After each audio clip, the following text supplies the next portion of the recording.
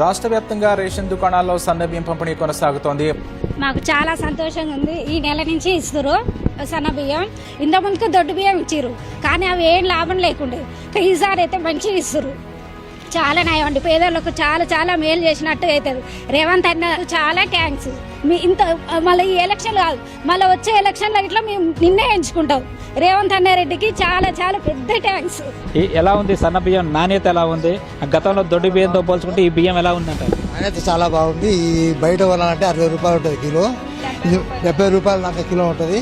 మంచి పథకం ఇది. రేవంత్ రెడ్డి సర్కార్కు చాలా రుణపడి ఉంటాము. ఇదివరకు దొడ్డు బియ్యం వచ్చినప్పుడు అందరు అమ్ముకునే వాళ్ళు, ఇప్పుడు అందరు తింటారు. ఇది తిననోళ్ళు వాళ్ళు ఇక ఇది మాకు సరిపోదు. మంచి పథకం ఇది. రేవంత్ రెడ్డి సర్కారు మంచి సన్నబియ్యం ఇచ్చారు. 60 నుంచి 70 వరకు ఉంటుంది సార్. ఇది మంచి నిర్ణయం తీసుకున్నారు కాబట్టి